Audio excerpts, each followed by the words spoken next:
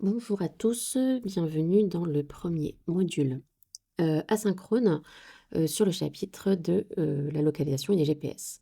Je vous ai mis donc dans le Classroom à disposition deux documents. Vous avez le document d'exercice et le document de cours. Deux possibilités, vous pouvez commencer par faire l'exercice qui est une activité de découverte en autonomie et ensuite lire le cours. Mais je vous conseille, dans un premier temps, peut-être de commencer par la lecture du cours et de voir ensuite l'exercice. Donc à la lecture de ce document, peut-être certaines choses vous paraîtront un petit peu abstraites, hein. C'est normal, mais vous verrez qu'avec l'exercice, ça va s'éclaircir et dans le cas contraire, n'hésitez pas à m'envoyer un commentaire. Cette première vidéo va vous permettre aussi de tester la fonctionnalité de réponse incluse dans les vidéos. Donc, vous allez avoir dans quelques instants un moment de pause et une question qui va être posée à laquelle vous devrez répondre et envoyer la réponse. Ok, donc une fois que vous avez pris connaissance du cours, une petite activité que je vous montre. Donc, vous voyez qu'il y a une bonne partie que j'ai laissée avec les corrigés.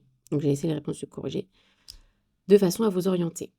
Qu'est-ce que je vous demande? Donc ici, l'idée, c'est de comprendre comment fonctionne la géolocalisation.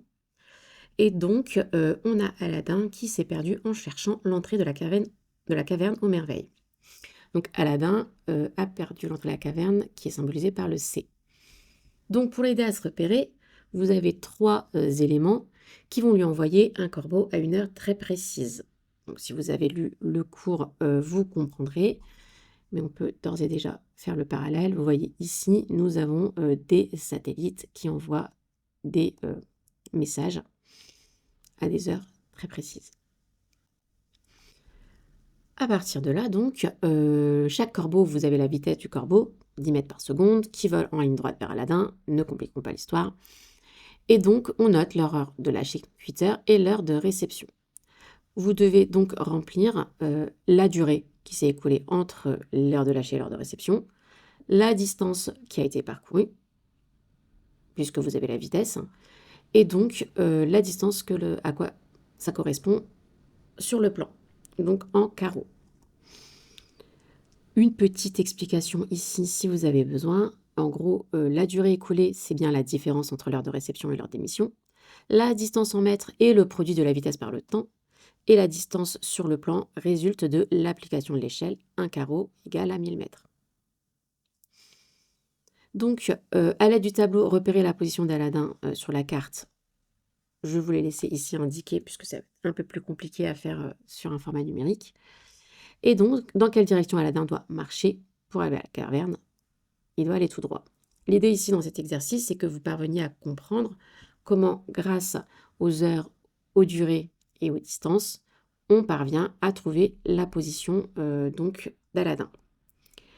Et c'est donc ça que je vous demande et qui est important à l'aide donc du petit texte au signe que vous lirez lors de votre activité.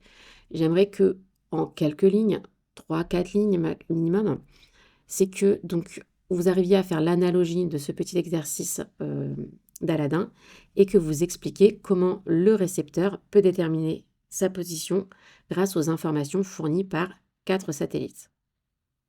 Donc je vous renvoie vers ce texte-là qui devrait être suffisant. Mais si nécessaire, vous pouvez bien évidemment piocher les informations dans le cours. Voilà, je reste à disposition si nécessaire. Et la semaine prochaine, donc d'ici la fin de semaine, je vous remettrai une nouvelle capsule et un nouvel exercice.